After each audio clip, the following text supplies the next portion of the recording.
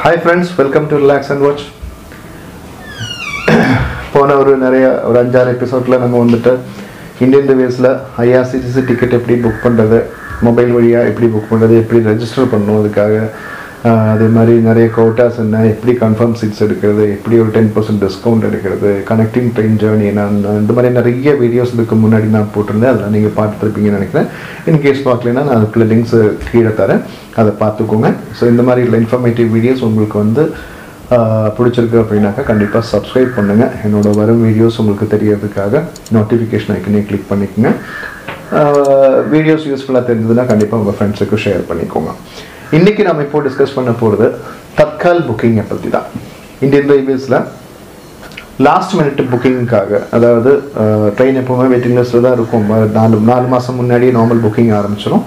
Waiting list ஆகி அந்த கடைசி வரும்போது லாஸ்ட் மினிட் ட்ராவலர்ஸுக்காக ஒரு சர்டைன் அமௌண்ட் ஜாஸ்தியாக கொடுத்து டிக்கெட் எடுக்கிறதுக்குள்ள ஃபெசிலிட்டி தான் வந்து தற்கால் புக்கிங்னு சொல்கிறது.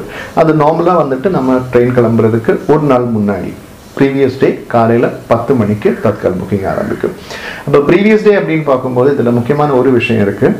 நம்ம எங்கிருந்து ட்ராவல் பண்ணுறோமோ அந்த ஸ்டேஷன்லேருந்து ட்ரெயின் கிளம்புறதுக்கு ப்ரீவியஸ் டே முன்னாடி நாள் கிடையாது. அந்த பர்டிகுலர் ட்ரெயின் வந்து எந்த ஸ்டேஷன்லேருந்து ஆரம்பிக்கிறோ அந்த நாள்லேருந்து ஒரு நாள் முன்னாடி, அதுதான் வந்து கணக்கு. இப்போது டெல்லியிலேருந்து ராமேஸ்வரம் போகிற வண்டி, நம்ம சென்னையிலேருந்து கிளம்புறோன்னு வச்சுக்கோங்களேன். சென்னை டு ராமேஸ்வரம் போகிறோம், டெல்லியிலேருந்து வர்ற வண்டி தான் அது. அப்போது சென்னையிலேருந்து ஒரு 15ஆம் தேதி நம்ம டேட்டு பார்த்து புக் பண்ணுறோம், தற்கால் புக் பண்ணுறோம் அப்படின்னாக்கா 14ஆம் தேதி புக் பண்ணால் தற்கால் மோஸ்ட்லி எல்லாமே முடிஞ்சிருக்கும். ஏன்னா அதோட தற்கால் புக்கிங் வந்துட்டு 13ஆம் தேதி அல்லது 12ஆம் தேதி. ட்ரெயின் எப்போ டெல்லியிலேருந்து கிளம்புதோ 13ஆம் தேதி கிளம்புதுன்னா 12ஆம் தேதியே தற்கால் புக்கிங் ஆரம்பிச்சிருக்கும். 13ஆம் தேதி ட்ரெயின் கிளம்பி நம்ம சென்னை வரும்போது 15 ஆச்சு, அவ்வளோதான்.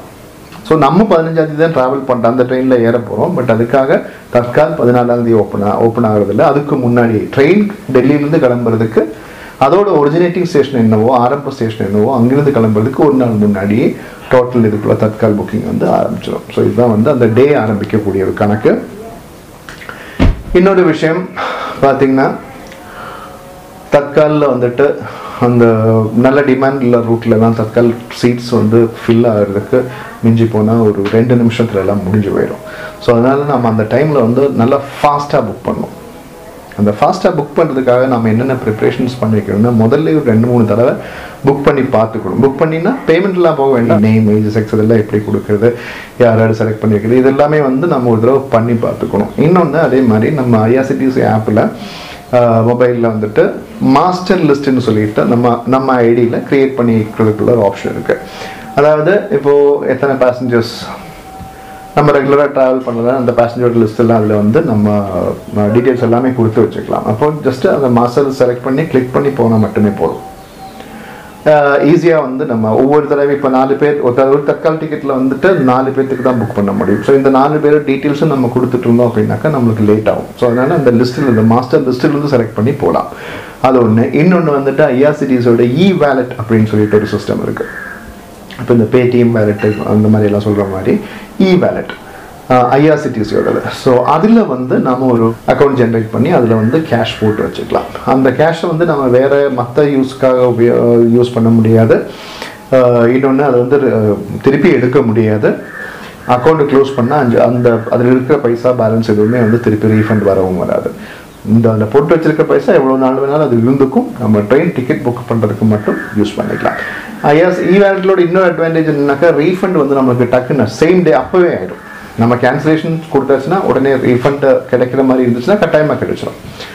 பட் அதே இந்த நார்மல் நம்ம இன்டர்நெட் பேங்கிங் வழியெல்லாம் வந்து இல்லை டெபிட் கார்டு வழியெல்லாம் டிக்கெட் புக் பண்ணும்போது ரீஃபண்ட் வரதுக்கு வந்து 3 to 4 days ஆகிடும். இது வந்து இம்மீடியட் ரீஃபண்ட். ஸோ அது ஒரு மெயின் அட்வான்டேஜ் தான். இப்போ நம்ம வந்துட்டு எனக்கு இன்றைக்கி வந்துட்டு காயங்குளத்துலேருந்து கோயம்புத்தூர் வரைக்கும் போகக்கூடிய ஒரு ட்ரெயினுக்கு டிக்கெட் எடுக்கணும், தற்கால் எடுக்கணும். காயங்குளம் டு கோயம்புத்தூர் 2696 ட்ரிவாண்ட்ரம் சென்னை சூப்பர் ஃபாஸ்ட்டில் தான் இன்றைக்கி போகணும் எனக்கு. ஆக்சுவலாக இதோட தற்கால் வந்து நேற்றே ஓப்பன் ஆயிடுச்சு. நான் இப்போ உங்களுக்கு எப்படி பண்ணுறதுன்னு மட்டும் காமிக்கிறேன். இப்போ IRCTCயோட ஆப் ஓப்பன் பண்ணிருக்கோம். காயங்குளம் டு கோயம்புத்தூர் செலக்ட் பண்ணியாச்சு. டேட்டு இன்னைக்கு டேட்டு. இதில் பார்த்தீங்கன்னாக்கா உங்களுக்கு ஜெனரல் கோட்டாவில் 2696 எடுத்திங்கனாக்கா வெயிட்டிங் லிஸ்ட் ஸ்லீப்பரில் 135 இருக்குது. ஸோ தற்கால் போகிறது தான் ஆப்ஷன். அப்போது இங்கே கோட்டாவில் செலக்ட் பண்ணிவிட்டு தற்கால் கிளிக் பண்ணி உள்ளே போயிட்டேன். உள்ளே போயிடுச்சுன்னா இங்கே வந்துட்டு பார்த்தீங்கன்னாக்கா 141 சீட்ஸ் இருக்குது, 141 சீட் இருக்குது. இதை வந்து நம்ம கிளிக் பண்ணுறோம். பேசஞ்சர் டீட்டெயில்ஸ் ஆட் பண்ணுறதுக்காக எக்ரி கொடுத்து போகிறோம். இப்போ இங்கே பார்த்தீங்க அடுத்த பேஜில் பார்த்தீங்கன்னாக்கா ஸ்லீப்பர் தற்கால் கோட்டா டேட்டு எல்லாமே வந்திருக்கு. அதில் ஆட் நியூ அப்படிங்கிறது இருக்குது. பார்த்தீங்கன்னாக்கா அதில் ஆட் நியூ கொடுத்து நீங்கள் போடலாச்சுன்னா ஒவ்வொரு பேசஞ்சராக நம்ம வந்துட்டு நேம் ஏஜ் இது எல்லாமே வந்து என்ட்ரி கொடுத்துட்டே இருக்கணும். ஆட் இன்ஃபென்ட்டுக்கு வந்து டிக்கெட் தேவையில்லை, ஜஸ்ட் இந்த டீட்டெயில்ஸ் மட்டும் கொடுக்கணும் 4 வயசுக்கு கீழே உள்ள குழந்தைங்களுக்கு அப்படின்னாக்கா. தேர்ட் ஒன் வந்து ஆட் எக்ஸிஸ்டிங், இதுதான் வந்து மாஸ்டர் லிஸ்ட்டை கிரியேட் பண்ணுறதுன்னு சொல்லுது. ஆட் எக்ஸிஸ்டிங் நீங்கள் கொடுத்தீங்கன்னாக்கா இதில் வந்துட்டு டீட்டெயில்ஸ் எல்லாமே இருக்குது. நம்ம ரெகுலராக ட்ராவல் பண்ணுறவங்க டீட்டெயில்ஸ் எல்லாமே இருக்குது. இதில் யார் யார் போகணுமோ அவங்க டீட்டெயில்ஸ் நம்ம ஜஸ்ட்டு செலக்ட் பண்ணுறோம், கொடுத்தாச்சுன்னா ஆட்டோமேட்டிக்காக இங்கே வந்தாச்சு.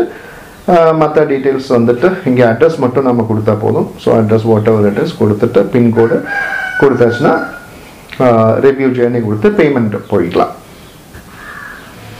இப்போ இங்கே பார்த்தீங்கன்னாக்கா வேலட் செலக்ட் பண்ணுறேன், ஐஆர்சிடிசி வேலட். ஐஆர்சிடிசி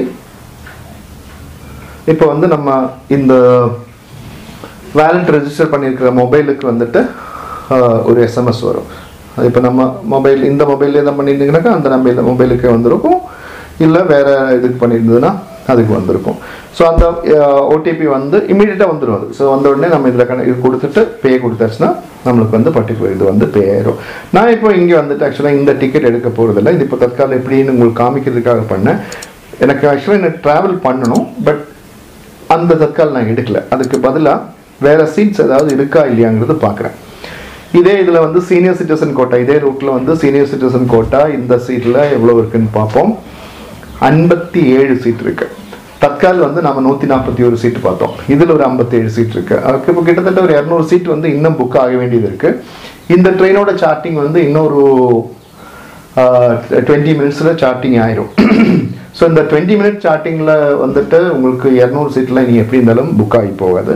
நமக்கு ஜெனரலில் பார்த்த வெயிட்டிங் லிஸ்ட்டு பார்த்தீங்கன்னாக்கா ட்ரிவாண்டம் சென்னை சூப்பர் ஃபாஸ்ட் அதில் வந்துட்டு 135 சீட் இருக்குது, 135 வெயிட்டிங் லிஸ்ட் இருக்குது. 200 சீட்டு பக்கம் இனியும் புக் ஆக வேண்டியது இருக்குது. ஸோ என்ன பண்ணலாம், நம்ம கொஞ்சம் வெயிட் பண்ணுவோம், இன்னொரு 20 நிமிஷம் வெயிட் பண்ணால் நம்மளுக்கு வந்துட்டு கரண்ட் புக்கிங்கில் இதே சீட்டை வந்துட்டு இன்னொரு 10% டிஸ்கவுண்ட்டில் நம்ம எடுத்துக்கலாம். இப்போ 250 ரூபா இதில் போட்டிருக்கு அப்படின்னாக்கா 235 ரூபா பக்கம் கொடுத்து 225 ரூபா கொடுத்து நம்ம இந்த சீட்டை வந்து எடுத்துக்கலாம். வந்து போகணுன்னு முடிவு பண்ணியிருக்கேன். ஸோ நான் பார்க்கும்போது தற்காலில் நிறைய சீட் இருக்குது, சார்ட்டிங் ஆக போகுது, அதனால நான் வெயிட் பண்ணுறேன். இப்போ நார்மலாக வந்துட்டு நல்ல பிஸி ரூட்லலாம் போயிட்டு இந்த மாதிரி எல்லாம் வெயிட் பண்ணிட்டு இருக்கக்கூடாது. தற்கால ஓப்பன் பண்ண டைமில் டக்குன்னு போய் எடுத்துக்கணும், அதுதான் வந்து பண்ணணும். அதே மாதிரி ப்ரீமியம் தற்கால்னு இன்னொரு ஆப்ஷன் இருக்குது. ப்ரீமியம் தற்கால் என்ன அப்படின்னு பார்த்தீங்கன்னாக்கா இந்த தற்கால் இல்லாமல் இன்னொரு பர்சன்டேஜ் சீட்ஸ் வந்துட்டு ப்ரீமியம் தற்கால்னு சொல்லிட்டு ரயில்வே வந்து ஒதுக்கியிருப்பாங்க. அது எல்லா ட்ரெயின்லேயும் கிடையாது, ஹை டிமாண்ட் உள்ள ஹை ரூட்டில் தான் வந்து அந்த ப்ரீமியம் தற்கால் இருக்கும். அது என்ன அப்படின்னாக்கா தற்காலுக்கு நம்ம எவ்வளோ சார்ஜ் பண்ணுறோம். இப்போ இந்த வண்டிக்கு பார்த்தீங்கன்னாக்கா நார்மல் புக்கிங் 250 ருபீஸ், அதே வந்து தற்கால் வந்து 450 ருபீஸ் வரும். ப்ரீமியம் தற்கால் எப்படின்னாக்கா இந்த 450 ருபீஸ் தான் பேஸ் ஃபேரு. அதிலிருந்து அந்த ப்ரீமியம் தற்காலுக்கு ஒதுக்கி வச்சிருக்கிற சீட்டில் ஒவ்வொரு 20%க்கும் 10% ஃபேர் வந்து இன்க்ரீஸ் ஆகிட்டு இருக்கும்.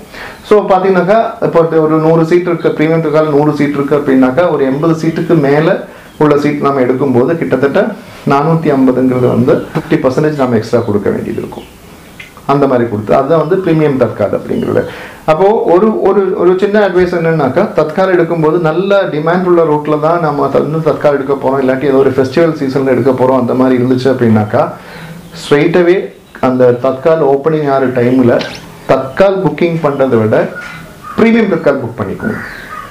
அதோட இனிஷியல் ஸ்லாபுங்கிறது வந்து ஆல்மோஸ்ட் லைக் தற்கால் ஃபேர் தான் இருக்கும், ரொம்ப பெரிய டிஃப்ரென்ஸ் இருக்காது. ஏன்னா நார்மலாக எல்லாருமே வந்து தற்கால் புக் பண்ண பார்த்துட்டு ஃபெயில் ஆகி கிடைக்கல அப்படிங்கும்போது தான் ப்ரீமியம் தற்கால் புக் பண்ண போவாங்க. நம்ம ஸ்ட்ரெயிட்டாகவே ப்ரீமியம் தற்கால் போயிட்டோம் அப்படின்னாக்கா டிக்கெட்ஸ் கிடைக்கிறதுக்குள்ள சான்சஸ் வந்து ஜாஸ்தி. மேபி கொஞ்சம் பைசா எக்ஸ்ட்ரா போட்டால் போதும், டிக்கெட் கிடைக்கிறதுக்குள்ள சான்சஸ் ஜாஸ்தி. இதே இது வந்து தற்கால் நம்ம புக் பண்ண போய் ஸோ அது கிடைக்காம வெயிட்டிங் லிஸ்ட் ஆகி அந்த டைமில் குழப்பம் பண்ணி இதை அதுக்கப்புறம் வந்து சரி இனி அடுத்தது வேணும் திருப்பி ப்ரீமியம் தற்கால் புக் பண்ணலாம் அப்படின்னு போகிறதுக்குள்ள அதுவும் முடிஞ்சு போயிடும். ஸோ அதனால் பிஸி ரூட்டில் பிஸி டேயில் நம்ம இதெல்லாம் வெயிட் பண்ணி பார்க்கக்கூடாது. ஸ்ட்ரைட்டாகவே ப்ரீமியம் தட்கால் போயிடுங்க. அந்த இனிஷியல் ஸ்லாபில் புக் பண்ணால் நார்மல் ஃபேர்லேருந்து நார்மல் தட்கால் ஃபேர்லேருந்து கொஞ்சம் ஜாஸ்தியாக கொடுக்க வேண்டியது இருக்கும். பட் கன்ஃபார்ம்டு சீட் கிடைக்கிறதுக்குள்ள வாய்ப்புகள் வந்து ஜாஸ்தி. ஸோ இதெல்லாம் தான். இப்போ இந்த டிக்கெட்டுக்கு நான் இப்போ சொன்ன மாதிரி ட்ரெயின் சார்ட்டிங் ஆகிறதுக்காக இன்னொரு 15 மினிட்ஸ் வெயிட் பண்ணுவோம். வெயிட் பண்ணி வச்சுன்னா கண்டிப்பாக கரண்ட் ரிசர்வேஷன் ஓப்பன் ஆகும். அதில் சீட்ஸு கிடைக்கிறதுக்குள்ள வாய்ப்புகள் ஜாஸ்தி. அதனால் அந்த டிக்கெட் எடுத்துக்கலான்னு முடிவு பண்ணியிருக்கேன். நான் உங்களுக்கு காமிக்கிறேன். இப்போது டைம் கிட்டத்தட்ட 1:45 ஆக போகுது. இப்போ சார்ட்டிங் ஆகிருக்கும் கட்டாயமாக. இப்போ பார்க்கலாம். காயங்குளம் டு இது எஸ் 2696. இங்கே பார்த்தீங்கன்னாக்கா கரண்ட் அவைலபிலிட்டி 161 சீட் இப்போது அவைலபிளாக இருக்குது. அப்போயே பார்க்கும்போது வெயிட்டிங் லிஸ்ட் 135 இருந்துச்சு. இப்போது சார்ட்டிங் ஆன உடனே நம்மளுக்கு 161 சீட்டு வந்துருச்சு. அதாவது தற்காலில் ஒரு 145 சீட்டுன்னு இருந்துச்சு. அப்புறம் சீனியர் சிட்டிசன் கோட்டாவில். ஸோ இதெல்லாம் சேர்த்து நம்மளுக்கு இப்போது இங்கே கரண்ட் அவைலபிலிட்டி ஓப்பன் ஆகிருக்கு. ரேட்டும் பார்த்தீங்கன்னாக்கா 230 ரூபா தான் இருக்குது.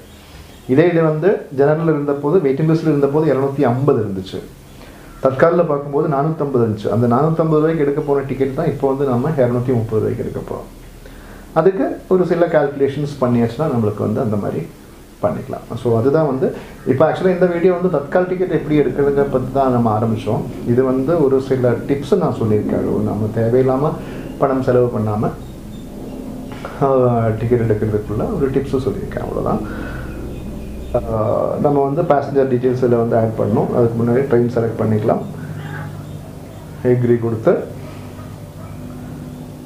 Add new passenger name, age, payment through credit card, debit card அந்த ஆப்ஷன் எதுவும். நான் இப்போ வேலெட் தான் செலக்ட் பண்ணுறேன். இந்த ஃபஸ்ட் ஆப்ஷன் அதை செலக்ட் பண்ணி நம்ம அடுத்த பேஜுக்கு போகிறோம். இப்போது வேலெட்டுங்கிற ஆப்ஷன் வந்திருக்கு. ஸோ அந்த வேலெட்டை கிளிக் பண்ணி IRCTC வேலெட்னு இருக்குது பார்த்தீங்களா. ஸோ இதில் கிளிக் பண்ணி போகும்போது என்னன்னாக்கா நம்மளுக்கு வந்து ஒரு ஓடிபி வரும். கொடுத்தாச்சுன்னா அவ்வளோதான், முடிஞ்சது. டிக்கெட் ஜென்ரேட் ஆகிடுச்சு. இதே இது வந்து நம்ம நெட் பேங்கிங் எல்லாம் வழி பண்ணும்போது IRCTC சைட்லேருந்து பேங்க் சைட்டுக்கு போய் அங்கே வந்து யூசர் ஐடி பாஸ்வேர்டு கொடுத்து லாகின் ஆகி திருப்பி வந்து அப்ரூவ் கொடுத்து ஓடிபி எடுத்து ஓடிபி வந்து அப்ரூவ் கொடுத்ததுக்கப்புறம் திருப்பி அங்கே ஆத்தரைஸ் ஆனதுக்கப்புறம் திருப்பி நம்ம வந்துட்டு IRCTC சைட்டுக்குள்ளே வந்து தான் வந்து டிக்கெட் ஜென்ரேட் ஆகும். இப்போ பார்த்தீங்கன்னா ஓடிபி கொடுத்த அடுத்த நிமிஷத்தில் இது வந்து டிக்கெட் ஜென்ரேட் ஆகிடுச்சு. இதுதான் வந்து வேலெட்டோட அட்வான்டேஜ். தேங்க்யூ. தேங்க்ஸ் ஃபார் வாட்சிங். Relax and watch.